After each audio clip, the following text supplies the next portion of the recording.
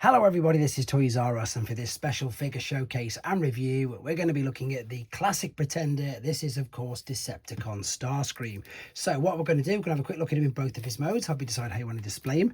Because he's a vintage figure, I'm going to show you all the accessories that come with him, so you know if yours is complete. I'm going to point out things that you need to be aware of if you have to purchase one for yourself. Because he was one of them lucky characters, funnily enough, who had 3 versions of himself in G1, we can have a quick look at that. We can also have a quick look at some of the other classic Pretenders, some other newer figures, up-to-date ones as well, to give you an idea of how big he is, and of course have a look at the packaging as well. So loads of things to cover in this video. So as I start to move all of these out of the way, I'd like to remind anybody who's not subscribed to the channel, if they'd like to hit that subscribe button for me now, please, because it really will help me out.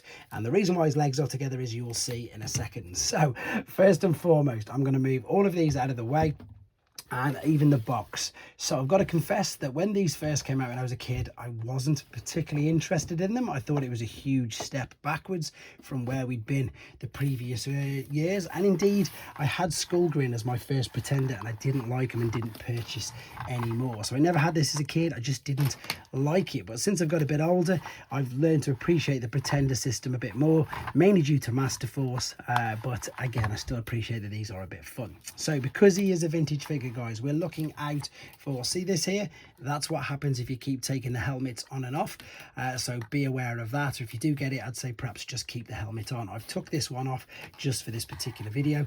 Other thing is the arms are made of rubber. That's the only articulation you've got, so this can get a little slimy, a bit greasy, a bit like the Monstructor and Dino King shells, and also be obviously aware for paint chipping anywhere else, and indeed sun fade with the plastic itself. Now you can of course put the giant weapon in his hand like so, which looks really good. If you're wondering exactly what it looks like, it is exactly the same as that. And the helmet is very much like, I don't know, like a gladiatorial helmet, to be honest. And again, it's these parts here and all these little nubbins on the inside that don't do the Pretender's head any joy whatsoever. Now, with unlike the other Pretenders, you can't use, well, maybe you could put that in his hand if you wanted to. You can. I was going to say the smaller weapons, you can't really use them on the main guy here, but this is why I've got 2 of them, because it's easy to show you this. This is the gimmick that what they did. Of course, Pretenders hide the robot inside. I think that actually is the tagline, but of course it backfires massively when you must think how big the Pretender, how big this human must be to keep Starscream inside him. Right, and again, apologies, mine is a little bit battered. Again, there's some paint missing, which you can see. The screws are corroded. This is things that you need to be aware of. And there's some paint chipping there as well. So that's how he hides inside the Pretender shell. You can fold the arms out like so. That is your articulation, everybody. That is all you've got, and out to the side. No more than that. The legs do separate like so, but they're still attached, if that makes any sense. They separate, but they're still attached.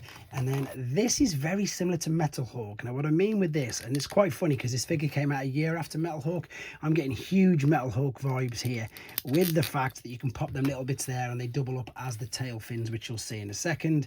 These you can attach to the back like so.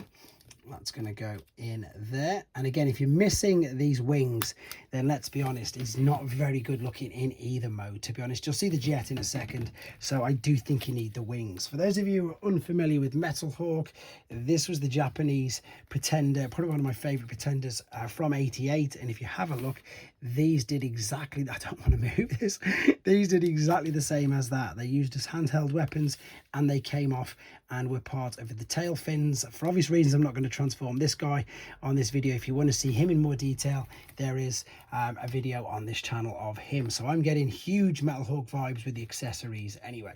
Let me move him carefully out of the way. With regards to the other classic Pretenders, as always, there was way more Autobots than Decepticons. So there was 3 Autobots. There was Grimlock, Jazz, Bumblebee, and of course your Starscream. So they were them there. And again, Grimlock, yeah, Grimlock had an Action Master, and in fact all of these 4 figures had Action Masters as well, so that's pretty impressive for them. That is a core class Starscream, which you can see there is about the same size, to be honest. That is your G1 Starscream. which again was a huge parts former, exactly like what this one is. And then this was his latest last form in G1, that is his Action Master version, which again, well, that one's even more of a step down from that, isn't it, if we're being completely honest. Let's move this out of the way, and in fact let's take these parts off, because I'm going to make the jet up with the other one, and this is the one that I do use at the moment for robot mode, but I think he definitely needs a bit of an upgrade. So let's move these out of the way, and before we do that, let's have a look at the packaging, because the packaging's got something interesting on it. The packaging has got the shell with black accessories and a black waist, and indeed I think that looks much better than the brown. You let me know what you think in the comments. That is of course the Pretender gimmick and the very simple transformation. It says change because you are just swapping parts over, and that's the beautiful, let's have a look at this properly, artwork for the Starscream Pretender. I've got no insert unfortunately, and again you can see there the black instead of the brown. That is the artwork for the classic Pretenders, which you can see, and there we've got the tech spec with, I'll let you read that if you want. You can pause and you can read that yourself. Right, so let's go to the jet mode, which of course it was the alternate mode. This was just a normal Pretender. Some Pretenders actually transformed as well, which was brilliant, or the shells did rather. They're some of my favorite ones. So this was the robot. I've obviously just took everything off him. I'm going to keep him in robot, so I've closed the legs there. We're going to take the wings. They're going to snap into place there. Be careful obviously of these clips on the back. I've seen them break quite easily. I'm a bit panicking actually. I probably shouldn't be pressing them in as hard as that. This is what I was referring to earlier. This doubles up as the back of the plane, and I suppose all you've got to do is fold the nose cone forward, and there is your jet mode. So again, it does transform. It is a bit of fun. That's him in compared to one of today's deluxe size figures, and I've got a few others here. There's a core, so yeah, not much bigger than a core, to be fair. Not much bigger than a core class figure at all. Nowhere near as big, of course, as your Voyager class Starscreams, which we have nowadays. But I think that's pretty much covered all bases. If there's anything I've missed, obviously let me know. That'll only help me with my knowledge as well at the same time.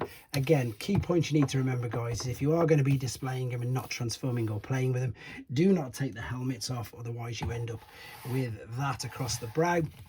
And of course, if you are looking for one to display in jet mode, you're going to need all of the parts. But that pretty much wraps up this particular quick review and showcase. Let me know what you think in the comments, guys. Take care.